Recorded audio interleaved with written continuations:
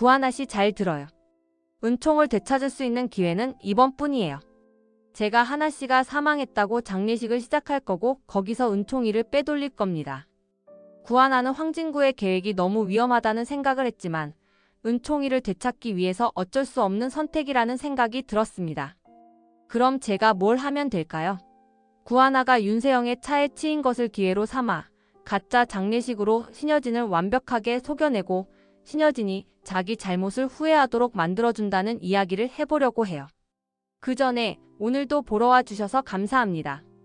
여러분들의 가정에 평안과 행복이 깃들기를 바라며 신데렐라 게임 리뷰 시작하겠습니다. 윤세영은 엑셀을 세차게 밟았습니다. 차가 고통스러운 울음소리를 내며 빠르게 다가오자 구하나는 숨이 막혔습니다. 절체절명의 순간 구하나는 본능적으로 황진구를 세게 밀쳐냈습니다. 구하나가 도로 쪽으로 튕기듯 뛰어들자 자동차는 브레이크도 제대로 잡지 않은 채 구하나를 들이받았습니다. 둔탁한 충돌음이 울리자 황진구는 눈을 크게 뜨고 그 자리에 얼어붙었습니다. 구하나는 충격에 머리가 뒤로 젖혀지며 바닥에 쓰러졌습니다. 차는 삐걱대며 멈춰섰고 창문 틈으로 보이는 윤세영의 표정은 뒤틀린 듯 보였습니다.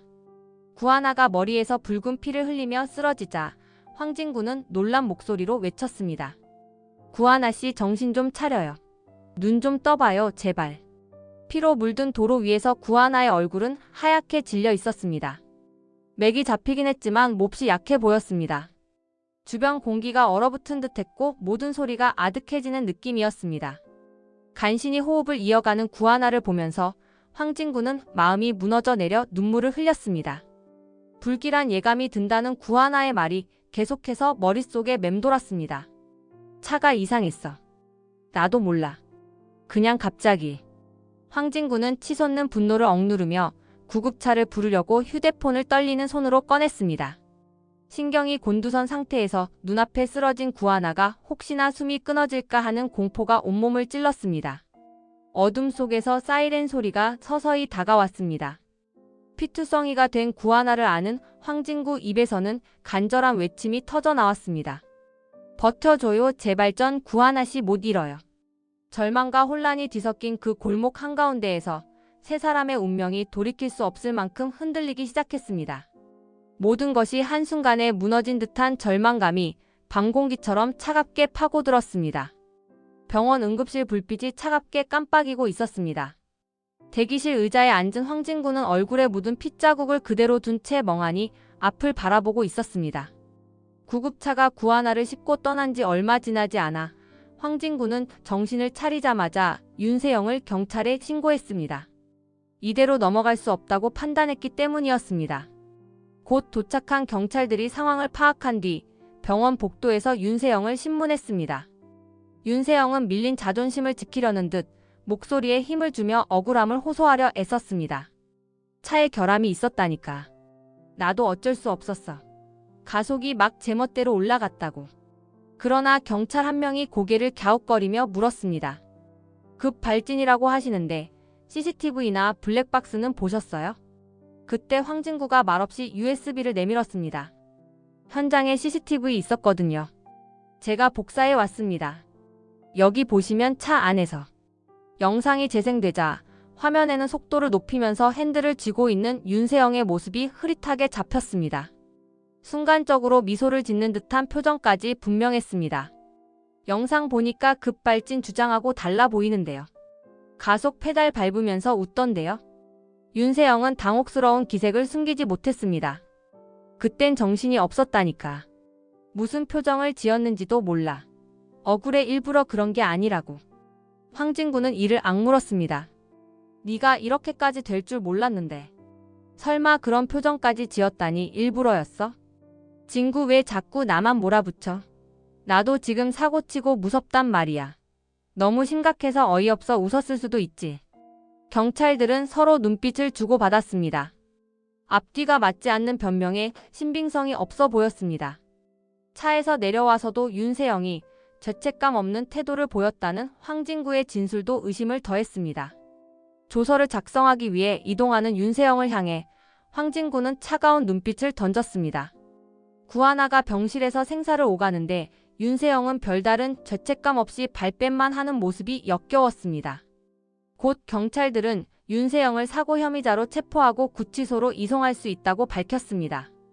특히 살인미수 적용 가능성까지 거론되자 윤세영은 식은땀을 흘리며 입술을 꾹 깨물었습니다. 진짜 아니라니까 왜 살인미수 얘기까지 나와? 난 그냥 운이 없었던 거라고. 황진구는 거칠게 숨을 뱉었습니다. 바닥에 떨어진 피 묻은 휴지 뭉치를 보니 머릿속이 새하얗게 질리는 기분이었습니다. 구하나가 얼마나 다쳤는지 알아? 너 혼자 살겠다고 이러는 거야? 평생 죗값 치러. 윤세영은 억울하다는 표정을 지으며 뭐라고 변명하려 했지만 이미 경찰이 수갑을 채우려 하자 마지못해 뒤로 물러섰습니다. 병원 복도에 울려 퍼지는 낮은 신음소리 사이로 냉혹한 현실이 윤세영을 옥죄어 왔습니다. 황진구는 혼란스러움에 허우적대면서도 이 사건을 확실히 해결하겠다는 결심을 더욱 굳히고 있었습니다. 얼마 후 병실의 하얀 커튼을 스치는 빛이 잔잔해 보였습니다. 마음은 평온과는 거리가 멀었습니다. 중환자실에서 며칠째 의식을 찾지 못하던 구하나가 드디어 힘겹게 눈을 떴습니다.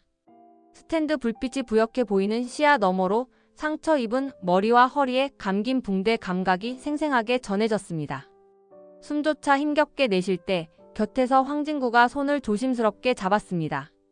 깨어나셨네요. 얼마나 걱정했는지 몰라요. 정말 다행이에요.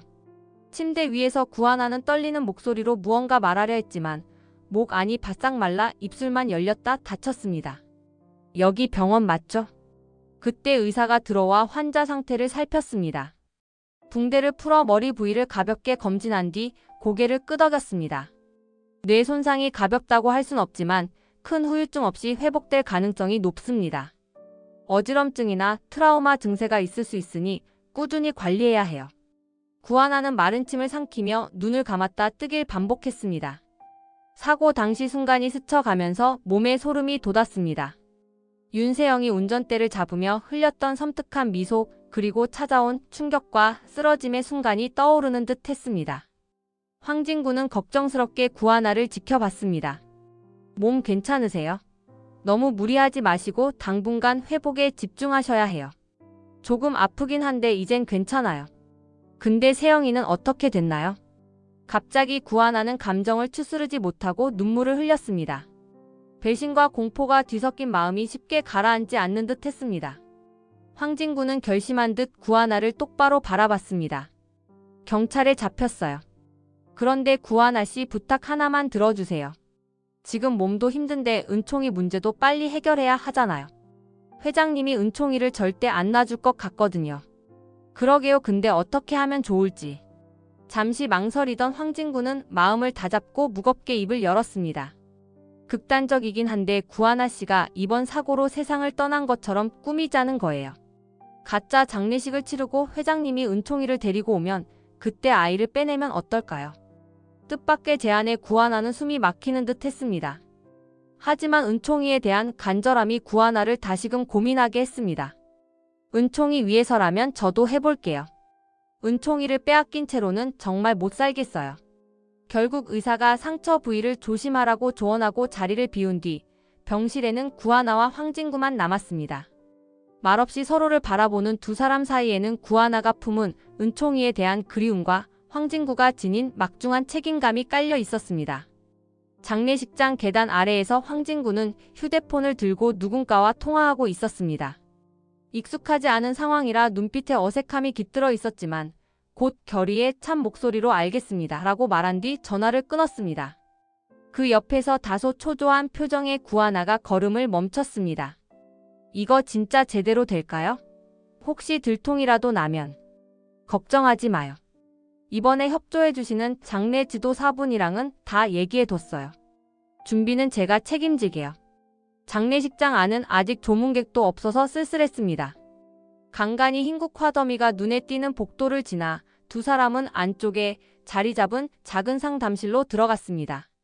그곳에서 장례 지도사가 차분한 얼굴로 기다리고 있었습니다.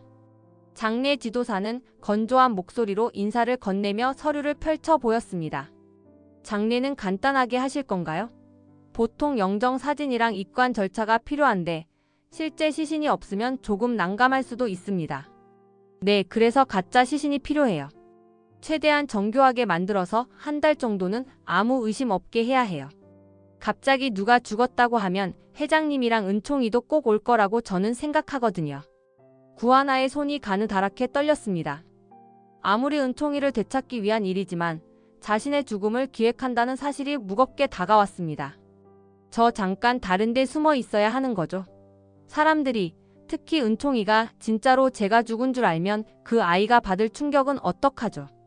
황진구는 힘겹게 한숨을 삼키며 구하나를 다독였습니다.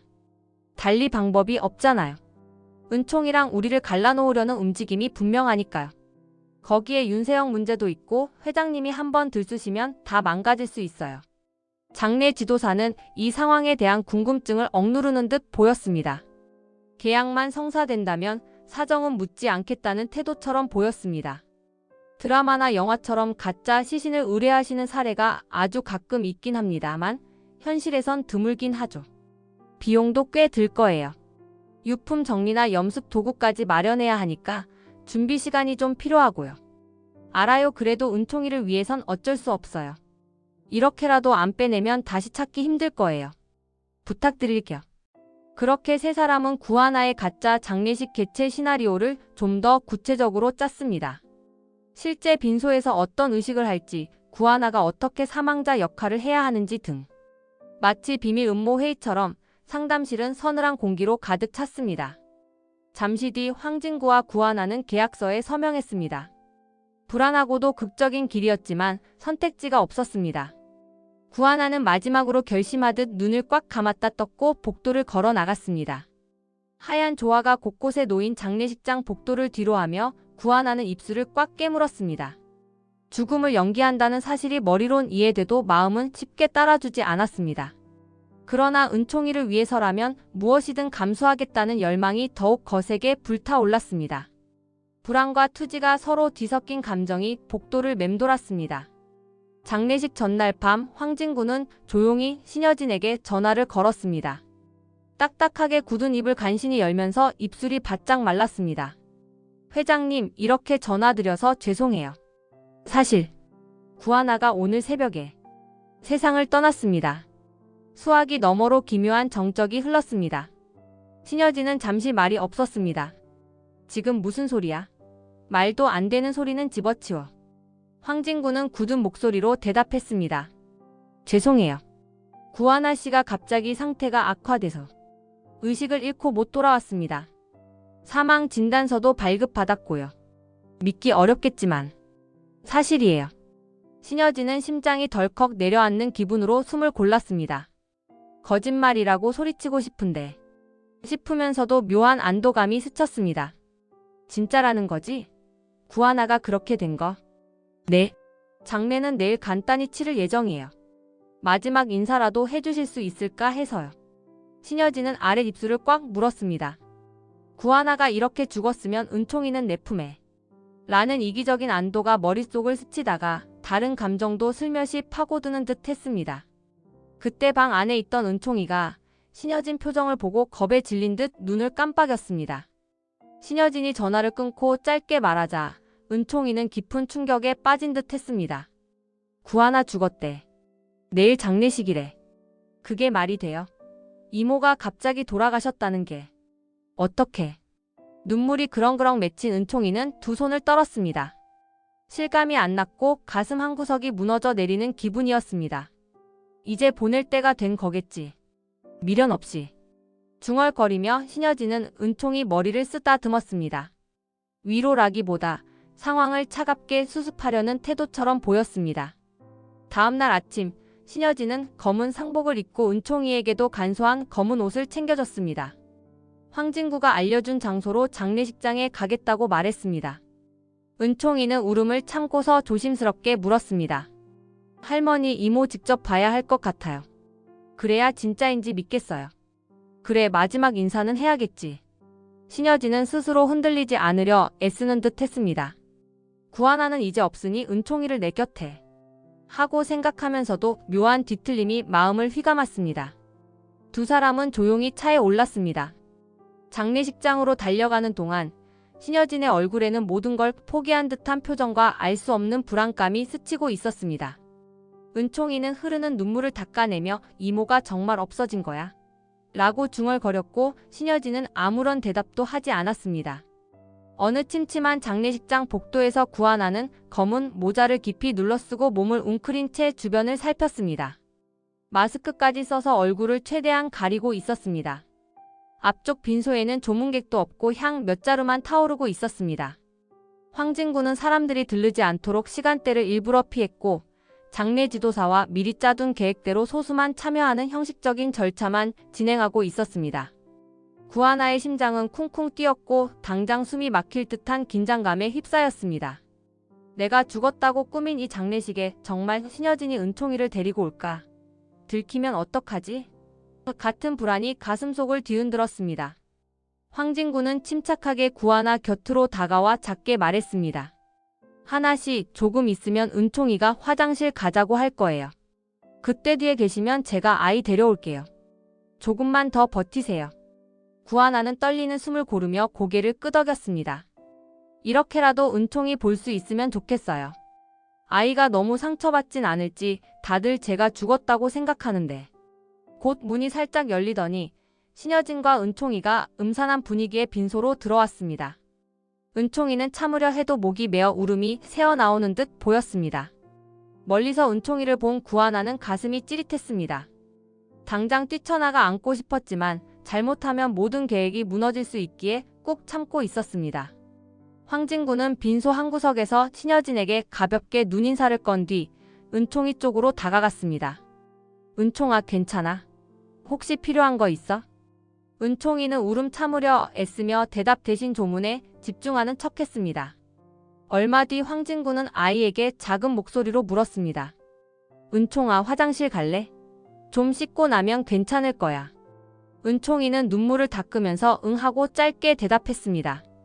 할머니 신여진이 잠깐 고개를 돌린 사이 황진구와 은총이는 재빨리 빈소 밖으로 나갔습니다. 비상구 쪽으로 이동해 화장실 근처에 섰을 때 낯선 복도에 은총이는 겁먹은 기색으로 몸을 사렸습니다. 이곳저곳을 두리번거리는 순간 복도 안쪽에 서 있던 구하나의 눈빛이 은총이 쪽을 향해 초조하게 흔들렸습니다. 구하나는 마스크 위로 살짝 얼굴을 내밀었습니다. 혹시나 목소리를 들으면 은총이가 달려올까 하는 기대에 가슴이 요동쳤습니다. 그 시각 빈소에서는 신여진이 은총아, 어디 갔지? 라며 불안해하기 시작했습니다. 몇 분 되지 않았는데 아이가 사라진 걸 깨닫고 조급해진 것입니다. 장례식장 공기는 싸늘했습니다. 슬픔과 긴장, 거짓과 진실이 뒤섞인 상황에서 구하나는 심장이 미친 듯이 뛰는 걸 느꼈습니다. 곧 은총이와 극적으로 재회할 순간을 앞두고 마음 깊은 곳에서 용기가 올라오는 듯 했습니다.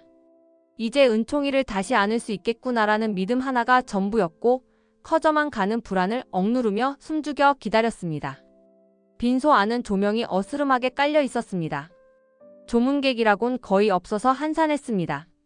검은 수의를 입은 신여진만이 영정 앞에 서 있었습니다. 분향을 마치고도 한참을 그 자리에 멈춰 서 있었습니다. 이런 꼴로 끝나는 거야. 구하나가 정말 떠났으면 이제 은총이는 내 곁에서 떨어질 이유도 없겠네. 그렇게 된 건가? 그리고 고개를 돌리니 어느새 은총이가 보이지 않았습니다. 황진구 역시 자취를 감췄습니다. 당황한 신여진은 잽싸게 주변을 둘러보았습니다. 황진구 어디 갔어? 은총도 없고. 신여진은 서둘러 빈소 문을 나섰지만 복도에도 은총이는 없었습니다. 고즈넉한 기운이 감도는 장례식장에는 불길한 예감이 맴돌았습니다. 혹시 은총이를 다른 데로 빼돌렸나 하는 의심이 스쳤습니다. 잠시 뒤 복도 끝에서 황진구가 돌아왔습니다. 신여진은 한 걸음에 다가갔습니다. 은총이 데리고 어디 간 거야? 갑자기 없어졌잖아. 장례식이라 아이 마음이 너무 힘들어 보여서 화장실에 데려갔어요. 근데 갑자기 잠깐 밖으로 나가고 싶다고 해서요. 신여진은 매섭게 노려보았습니다. 헛소리는 됐고 은총이 안 보여. 어디 숨긴 거야? 아까 다시 안으로 들어간다고 했어요. 아마 빈소 반대쪽 복도로 갔을 거예요. 의심스러운 표정으로 돌아선 신여진은 빈소 구석을 살폈습니다. 혹시 은총이가 돌아왔나 하고 찾는 듯 했지만 빈소 안에 은총이는 없었습니다. 그 사이 황진구는 짧게 한숨을 내쉬었습니다. 사실 은총이가 잠시 밖으로 나갔다는 설명은 신여진을 안심시키기 위한 것이었습니다. 이미 은총이는 화장실 쪽에서 구하나를 만나려고 했고 신여진이 눈치채기 전에 시간을 벌어야 했습니다. 신여진은 심기가 불편한 듯 잠시 생각에 잠겼습니다. 내가 모르는 사이 아이를 놓친 건가 하며 발을 동동 굴렀습니다. 장례식장 문을 나서다 다시 황진구를 붙잡았습니다. 같이 나가. 은총이 못 찾으면 네가 책임져야 할 줄 알아. 알겠어? 네, 알겠습니다. 저도 은총이 걱정돼요. 두 사람은 복도를 따라 걸으며 양옆으로 난 문들을 하나하나 확인했습니다. 적막한 장례식장 안에서 신발 끄는 소리만 멀리서 들렸습니다. 은총이가 사라진 그 짧은 사이 신여진의 표정은 갈수록 굳어졌습니다. 내 손주 이대로 또 빼앗기는 거 아니야 라는 불안이 커졌습니다. 그리고 황진구의 태도 역시 믿기 어려웠습니다. 혹시 거짓말로 자신을 따돌린 뒤 은총이를 데려가려는 것 아니냐는 의심이 들었습니다. 극도로 예민해진 신여진의 마음이 분향실의 음산함과 뒤섞이며 소름 끼치는 분위기가 감돌았습니다. 황진구는 최대한 침착하게 보이려 애썼지만 속으로는 초조했습니다. 구하나가 은총이 잘 만났을까? 둘이 무사히 빠져나갔을까? 하는 생각이 머릿속을 맴돌았습니다. 빈소 안팎을 모두 둘러봐도 흔적이 없자 신여진은 맹렬한 눈빛으로 황진구를 노려봤습니다. 괜히 시간 끌지 말고 빨리 찾아. 어디 숨긴 거야? 정말 몰라요. 은총이가 혼자 어디 간 줄 알았는데요. 끝이 보이지 않는 정적 속에서 아무도 솔직한 답을 내놓지 못했습니다. 숨막히는 기운이 서로를 옥죄듯 퍼졌고 은총이 행방은 오리무중처럼 보였습니다. 신여진은 자신의 선택이 옳았는지 아니면 엄청난 실수를 저지른 것인지 갈피를 잡지 못한 채 복도를 서성거렸습니다. 장례식장 화장실 부근 복도에서 은총이가 벽에 기대선 누군가를 보고는 깜짝 놀란 듯 숨을 삼켰습니다. 검은 모자와 마스크를 쓴 인물이 고개를 들었을 때 은총이 시야에 익숙한 눈동자가 들어왔습니다. 이모? 여기서 왜 있어요? 이모 죽었다고 들었는데. 울음이 섞인 목소리에 모자를 벗은 구하나가 눈시울을 붉히며 은총이를 힘껏 끌어안았습니다. 미안해 은총아. 상황이 너무 복잡해서 이렇게라도 해야 널 다시 만날 수 있을 것 같았어. 정말 미안해. 은총이 머릿속은 순식간에 뒤죽박죽이 된 듯 했습니다. 슬픔, 반가움, 혼란이 뒤섞여 울음이 터져 나오려는 순간 뒤따라온 황진구가 조용히 입술에 손가락을 댔습니다. 쉿, 크게 소리내면 안 돼요. 빨리 나가야 해요 구하나 씨. 은총이 데리고 빨리 벗어나야 해요. 구하나는 목이 메어 제대로 말이 나오지 않았지만 은총이를 더 꼭 안으며 작게 물었습니다. 은총아 진짜 괜찮아? 많이 무서웠지? 이모 진짜 죽은 줄 알고 나 너무 무서웠어요. 어떻게 살아있는 거예요? 구하나 눈에 눈물이 그렁거렸습니다. 미안해. 달리 방법이 없었어.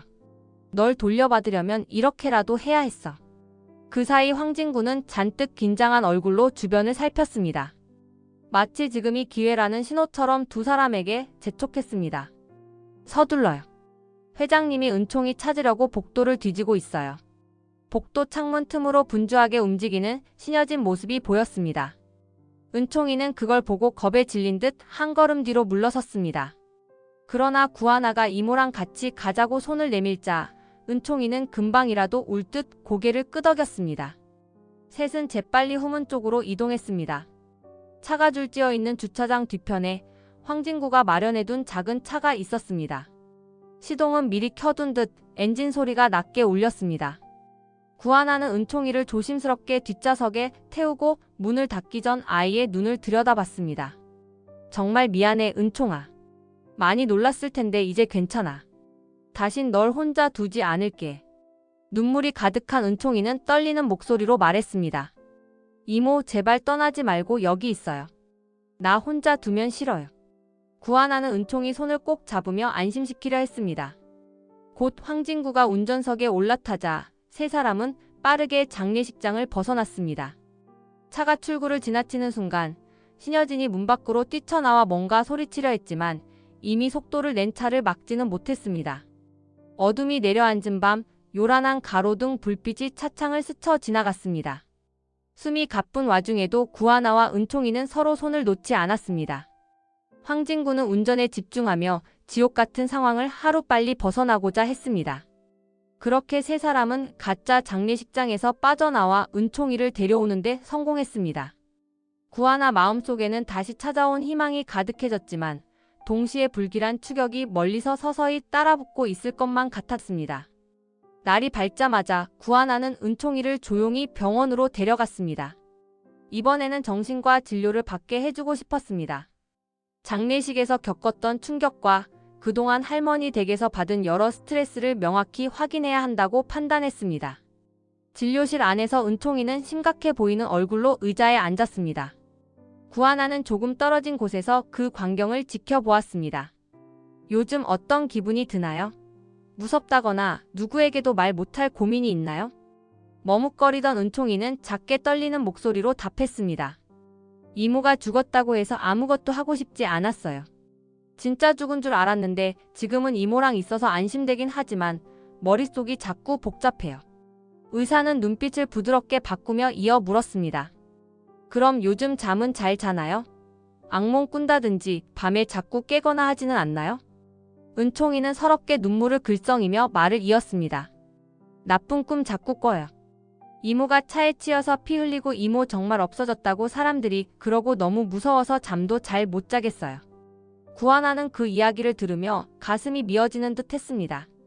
아이가 겪었을 고통이 생생하게 드러나 보였습니다. 은총아, 정말 미안해. 이모가 널 지켜주지 못해서 이런 힘든 일 겪게 했어. 많이 후회 중이야. 잠시 후 의사는 진료 내용을 정리하며 고개를 끄덕였습니다. 은총이는 우울증이랑 불안장애 초기 증상이 있어요. 오래 방치하면 더 심해질 수 있죠. 제대로 된 보호자가 안정감을 주고 심리치료도 같이 해줘야 합니다. 구하나는 쓰라린 얼굴로 아이 손을 꼭 잡았습니다. 네, 꼭 그렇게 할게요. 은총이 마음이 더 이상 다치지 않도록 제가 할 수 있는 건 전부 해보려고요. 상담을 마치고 은총이를 데리고 나온 구하나는 다시금 마음을 다잡았습니다. 신여진이 또 들이닥쳐 은총이를 빼앗으려 해도 이번에는 기필코 막아내겠다고 생각했습니다. 대기실 의자에 잠깐 앉아 서로 눈을 바라보다가 구하나는 은총이 머리를 부드럽게 쓰다듬으며 말했습니다. 걱정하지 마. 이모가 절대 다시 너 혼자 두지 않을게. 여기 병원 선생님도 우릴 도와주신대. 은총이는 작은 손으로 눈물을 훔치더니 작게 대답했습니다. 알았어요. 저 이모만 믿을래요. 두 사람 모습은 서글프면서도 애틋했습니다. 은총이가 단 한 번도 느끼지 못했을 불안과 공포가 마음을 좀먹었을 텐데 이제는 조금씩 회복할 시간을 가질 수 있으리라고 생각했습니다. 진료 결과가 담긴 소견서를 들고 나온 구하나는 약간의 안도감과 함께 앞으로의 싸움이 얼마나 험난할지 다시 실감했습니다. 은총이를 위해서라면 무엇이든 감수하겠다는 결심이 더욱 단단해졌습니다. 장례식장에서 아이를 놓쳐버린 뒤 신여진은 분노와 불안에 사로잡혀 곧장 경찰서로 향했습니다. 구하나가 은총이를 납치해간 거다라며 세게 주장하려 했습니다. 누군가 내 손자 데려갔어요. 이미 죽은 줄 알았던 여자가 살아있었다면 그거 사기 아닌가요? 그 여자랑 공범들이 애를 빼돌린 거라고요. 그러나 경찰은 서류를 살피며 고개를 갸웃했습니다. 이전 교통사고 기록에는 구하나가 사망했다는 내용이 전혀 없었고 오히려 사고 피해자로 몸 상태가 좋지 않다고만 돼 있었습니다. 잠시 뒤 다른 경찰관이 신고 접수된 건이 있다라며 내부 서류를 꺼냈습니다. 신여진이 말한 대로 납치 사건으로 볼만한 단서는 부족하다는 내용이었습니다. 얼마 후 병원 측과 통화한 경찰이 새로운 정보를 전했습니다. 지금 병원에서 구하나 씨랑 아이를 직접 만났는데 아동학대나 납치 정황은 없어 보인다고 합니다. 그리고 아이 정신건강 문제로 치료가 시급하다는 진단서도 있다고 하네요. 신여진은 순간 얼굴이 확 달아오는 기분이었습니다. 그게 무슨 소리냐며 눈을 번뜩이고는 분노를 드러냈습니다. 말이 돼요. 내 손자를 데려갔는데 왜 납치가 아닌 거죠? 은총이는 내 손 주고 내가 키워야 되는 게 당연한데. 경찰은 신여진을 진정시키는 손짓을 하며 차분히 설명했습니다. 정황상 아이가 스스로 그 보호자와 같이 가길 원했다고 합니다. 그리고 병원에서 의사도 아이가 심각한 상태라고 해서 긴급 상담을 받았고요. 저희도 좀 더 알아봐야 할 듯합니다. 얼마 지나 병원에서 구하나가 제출한 진단서 사본이 도착했습니다. 은총이가 우울증과 심각한 불안을 호소하고 있으며 강제 분리가 아니라 안정된 환경에서 치료와 심리적 보호가 필요하다는 내용이었습니다. 신여진은 이 문서를 보고도 포기하지 않으려 했지만 경찰 역시 입장을 굽히지 않았습니다. 폭력이나 협박이 있었다면 증거가 필요합니다. 지금으로서는 아이가 자발적으로 떠난 것 같아요. 이런 상황에서 납치라고 보기 어렵습니다. 가짜 사망 논란을 말하고 싶어도 직접 증명할 자료가 없었습니다. 신여진은 분노로 이를 악물었지만 마땅한 방법이 떠오르지 않았습니다. 그때 문이 열리고 구하나가 당당히 들어섰습니다. 구하나는 진단서와 아이 우울증 관련 문서를 내밀었습니다. 은총이는 정신과 선생님 만나서 진단받았어요. 지금 힘들어해서 당분간 저랑 있어야 해요. 경찰이 고개를 끄덕이는 모습을 보자 신여진은 입술을 악물고 뒤로 물러설 수밖에 없었습니다. 기세등등하게 밀어붙이려던 납치 주장이 실패했고 아이를 제압하려던 건 아닌가 하는 시선만 남았습니다. 신여진은 분노로 몸이 떨렸지만 대처할 방법이 보이지 않았습니다. 이렇게 가면 은총이를 되찾기는커녕 스스로 더 위험해질 수도 있다고 판단했습니다. 병원 병실로 돌아온 구하나는 잠든 은총이 침대 옆 의자에 앉았습니다. 창문 틈새로 들어오는 해가 가늘게 비치고 그 빛이 두 사람을 다정하게 감싸는 듯 보였습니다. 은총이는 잠든 채로도 살짝 찌푸린 얼굴이었습니다. 혹시 악몽을 꾸는 건지 눈꺼풀이 간간히 떨렸습니다. 구하나는 아이 손을 부드럽게 잡고 조용히 중얼거렸습니다. 이제 안전해. 다시는 떨어지지 말자. 늦게 구해서 미안해. 은총이가 살짝 신음하듯 작은 소리를 냈습니다. 잠시 후 문이 열리고 뭔가 처리하고 온 듯 피곤해 보이지만 결심 어린 표정을 한 황진구가 들어섰습니다. 병원장님이 별도 병실을 빌려주신대요. 구하나 씨도 입원할 수 있다고 해서 은총이도 같이 돌볼 수 있대요. 구하나는 그 배려가 고마워 고개를 가볍게 숙였습니다. 정말 감사해요. 사장님 덕분에 여기까지 왔네요. 은총이도 마음 편히 쉴 수 있으면 좋겠어요. 그 순간 은총이가 살짝 눈을 떴습니다. 힘겹게 창백한 얼굴을 들어 구하나와 황진구를 번갈아 바라봤습니다. 이모 여기가 어디예요? 또 병원인 거죠? 구하나는 부드럽게 대답했습니다. 맞아요. 여기 병원이야.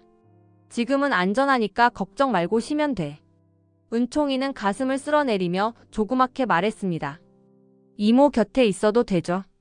구하나는 단호히 고개를 끄덕였습니다. 황진구는 은총이를 보며 미소를 지었습니다. 은총아, 이제 아무도 널 억지로 데려갈 수 없어. 경찰도 그렇게 얘기했고 우울증 증세 진단서도 나왔으니까 아무도 은총이를 함부로 못해.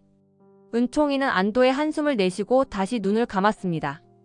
짧은 시간이었지만 이미 너무 많은 일을 겪어 어린 얼굴에는 깊은 피로가 깃들어 있었습니다. 잠시 후 구하나는 황진구를 바라보며 작은 목소리로 물었습니다. 사장님 정말 고마워요. 근데 사장님은 괜찮아요? 황진구는 조용히 답했습니다. 제 쪽이야 당분간 윤세영은 재판 넘어갈 것 같고 회장님이랑은 대화가 전혀 안 돼요. 그래도 구하나 씨랑 은총이만 안전하면 괜찮아요. 전 이렇게라도 돕게 돼서 다행이고요. 옆에서 듣던 은총이가 조그맣게 중얼댔습니다. 둘 다 정말 고마워요. 세 사람의 말은 간결했지만 그 안에 담긴 온기가 병실 가득 퍼지는 듯 했습니다. 오랜 비극과 절망 끝에 작은 희망을 붙들고 서로 버틸 힘을 얻은 기분이었습니다. 구하나와 은총이는 서로 손을 맞잡았고 황진구는 씁쓸하면서도 미소를 지었습니다. 서로가 서로에게 작은 보호막이 되어주는 듯한 순간이었습니다. 병원으로 찾아온 신여진은 억울한 마음을 풀겠다며 문을 열고 들어섰습니다. 구하나가 있을 거라는 것도 알았지만 신여진은 상관없다는 듯 했습니다. 면담실에서 의사가 차분한 목소리로 신여진을 맞이했습니다. 구하나 역시 거기에 있었지만 신여진은 처음부터 화를 내고 싶어 보였습니다. 너 애 빼돌려놓고 이젠 무슨 정신병이니 우울증이니 다 지어냈지? 말도 안 돼. 회장님, 제발 함부로 말씀하지 말아주세요. 은총이가 실제로 힘든 상태예요. 의사 선생님도 아시잖아요. 의사는 미간을 살짝 찌푸리며 의료인으로서 객관적으로 이야기하려 했습니다. 아이 상태는 진단서에서도 분명히 보입니다. 우울증과 불안장애 징후가 뚜렷해요. 이렇게 방치하면 학업이나 사회성에 큰 문제가 생길 수 있습니다. 신여진은 믿기지 않는다는 듯 웃으며 반박했습니다. 그딴 건 돈 좀 쓰면 서류 아무렇게나 만들 수 있잖아. 이런 말도 안 되는 짓 하지 마. 의사는 한숨을 내쉬고 차분히 대답했습니다. 저희 병원은 진단을 조작하지 않습니다. 여러 증상과 면담, 검사 결과를 토대로 은총이가 위험한 심리 상태라고 결론 내린 거예요. 곁에 있던 구하나도 거들었습니다. 은총이가 진짜 힘들다고 털어놨고 악몽도 심해요. 그 아이를 안전하게 보호해야 해요. 신여진은 표정을 일그러뜨렸습니다. 은총을 절대 놓고 싶지 않지만 이미 병원 쪽 증거와 의견 앞에서 이기기 어렵다고 느꼈습니다. 결국 이거 다 네가 날 함정에 빠뜨리려고 만든 거잖아. 구하나는 고개를 저으며 진심 어린 목소리로 말했습니다.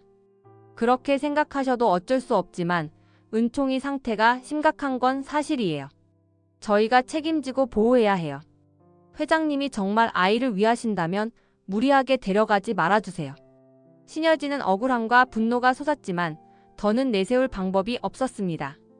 의사는 마지막으로 확신을 주려는 듯 다시 강조했습니다. 이 상태로 아이를 억지로 데려가면 훨씬 위험해집니다.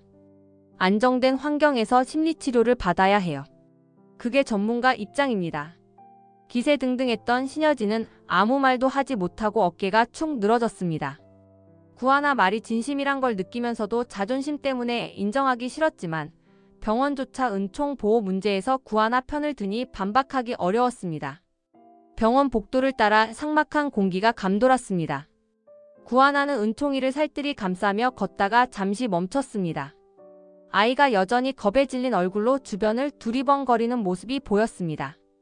구하나는 낮은 목소리로 안심시키려 했습니다. 그때 신여진이 복도 모퉁이에서 나타났습니다. 구하나는 놀라 은총이를 등 뒤로 숨기듯 했습니다. 두 사람의 시선이 마주치는 순간 복도 공기가 한층 무겁게 내려앉은 듯 했습니다. 거기서 뭐 하는 거야? 은총 좀 보자. 은총이가 아직 무서워하고 있어요. 지금 만나시면 괜찮으시겠어요? 잠시 주저하는 사이 신여진이 무겁게 한 발 내디뎠습니다. 은총이는 겁먹은 표정으로 구하나 뒤에 바짝 붙었습니다. 신여진은 그 모습을 보고 마음 한구석이 찔리는 듯 했습니다. 숨을 깊이 들이신 신여진은 고개를 숙이고 작은 목소리로 말했습니다. 다쳤어? 어디 많이 아프니? 주춤하던 은총이는 작게 대답했습니다. 괜찮아요. 두 눈에 눈물이 그렁한 은총이 한마디에 신여진은 가슴이 꽉 막히는 기분이 들었습니다. 미안해. 정말 네가 이렇게 상처받을 줄 몰랐어. 할머니가 잘못했어. 복도 한편에서 이 광경을 지켜보던 구하나는 복잡한 감정에 휩싸였습니다. 한때 모든 걸 움켜쥐려 했던 신여진이 지금은 후회하는 기색을 보이는 듯 했기 때문이었습니다. 구하나는 조심스러운 목소리로 말을 꺼냈습니다. 회장님, 은총이가 그동안 너무 힘들었어요. 저도 많이 상처받았고요. 신여진은 낮고 떨리는 목소리로 답했습니다. 알았어. 내가 한 짓이 얼마나 큰지 이제야 깨닫는다. 은총이는 여전히 구하나 곁에서 경계심을 풀지 않고 있었습니다. 신여진은 작은 목소리로 아이를 불렀습니다. 은총아, 할머니 좀 보자. 할머니가 정말 미안해. 한동안 침묵이 흘렀습니다. 은총이는 그 말이 진심인지 확인하려는 듯 고개를 들었습니다. 시선이 마주치자 신여진은 조심스레 손을 내밀었습니다. 아이는 쉽게 다가서지 않았지만 예전처럼 울거나 떨지도 않았습니다. 구하나는 작게 숨을 고른 뒤 말했습니다. 정말 반성하신다면 조금 더 지켜보겠습니다. 은총이가 아직 불안정해서 심리치료에 집중하고 싶어요. 신여진은 아무 말 없이 고개를 끄덕였습니다. 눈가가 약간 젖어있는 듯 보였습니다. 예전의 오만한 태도와는 다른 모습이었습니다. 그래, 내가 뭘 더 하겠니? 다 내 탓이지. 은총이는 잠시 망설였지만 조심스럽게 한 발 다가섰습니다. 엄마를 잃고 이모를 찾았고 할머니에게 배신당한 아이 마음은 여전히 복잡해 보였습니다. 그래도 조금씩 입을 열려는 표정이었습니다. 병원 복도에는 낯선 온기가 감도는 듯 했습니다. 세 사람은 서로 다른 감정을 아는 채 작은 화해의 씨앗을 심고 있었습니다. 완전한 회복에는 시간이 걸리겠지만 적어도 지금 이 순간만은 더 큰 비극 없이 서로를 바라볼 수 있는 기회를 찾은 듯 보였습니다. 이번 영상 재미있으셨으면 구독과 좋아요 부탁드립니다. 구독은 저에게 큰 응원이 됩니다. 오늘도 시청해주셔서 감사합니다.